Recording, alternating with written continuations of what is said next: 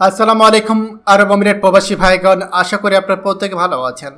আমিরাতের দূতাবাসের সার্ভিস নিয়ে তীব্র সমালোচনা। আমিরাতে দ্বন্দ্বিত সেই ৫৭ বাংলাদেশি তালিকা নেই দূতাবাসে। চলুন খবরে বিস্তারিত জেনে নেওয়া যায়। কোটা সংস্কার আন্দোলনে সংহতি জানিয়ে সংযুক্ত আরব আমিরাতে বিক্ষোভ করে বিভিন্ন মেয়াদে সাজা পেয়েছে ৫৭ জন প্রবাসী বাংলাদেশি।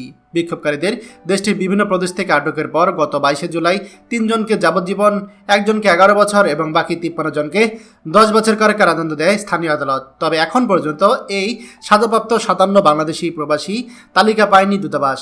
এদিকে সাজাপ্রাপ্ত এইসব প্রবাসীদের সাজা মওকুফের চেষ্টা করছে অন্তর্বর্তীকালীন সরকার। সোমবার দুবাইয়ে বাংলাদেশ কনসুলেটের consul general BM Jamal Hossain তিনি জানিয়েছেন, সাজাপ্রাপ্ত এইসব প্রবাসীদের বিষয়টি সরকারি আবুধাবি বাংলাদেশ দূতাবাস দেখাশোনা করছে, তবে এখন পর্যন্ত তাদের হাতে কোনো তালিকা আসেনি।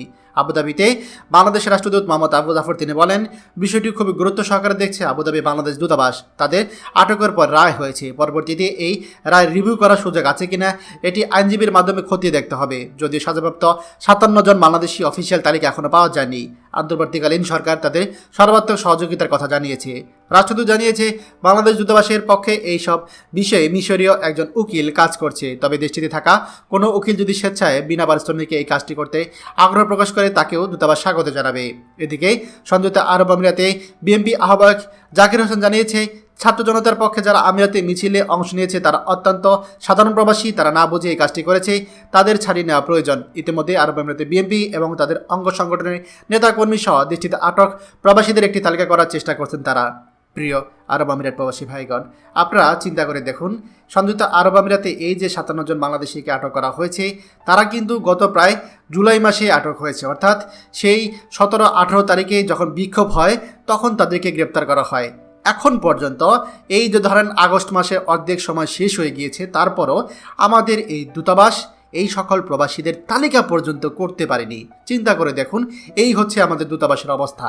তাদের কাজ কি? সংযুক্ত আরব আমিরাতে বাংলাদেশিদের অভিভাবক তারা ৫৭ জন প্রবাসীদেরকে গ্রেপ্তার করে তাদের সাজাও কার্যকর হয়ে গিয়েছে, অথচ আমাদের এই দূতাবাস তাদের তালিকা পর্যন্ত বের করতে পারেনি।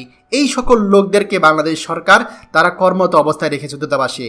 আমরা তীব্র প্রতিবাদ জানাচ্ছি, তীব্র নিন্দা জানাচ্ছি। এই সকল দূতাবাসের কর্মকর্তা কর্মচারীদের দ্রুততম সময়ের মধ্যে তাদেরকে ট্রান্সফার করা হোক, যারা যোগ্য ব্যক্তি তাদেরকে এখানে কর্মরত রাখা হোক। আমরা এমন তো দাবি জানাচ্ছি, যারা আমাদের প্রবাসীদের সেবা দিতে হবে এই সকল ব্যক্তিরাই দূতাবাসে থাকবে, আমরা এমনটা আশা করছি।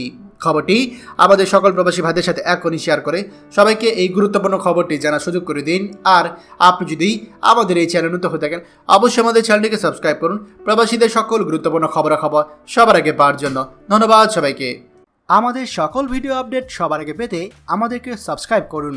সাবস্ক্রাইব করতে সাবস্ক্রাইব বাটনে ক্লিক করুন এবং বেল আইকনটি চাপুন, যাতে আমাদের কোনো লেটেস্ট ভিডিও আপনি মিস না করুন।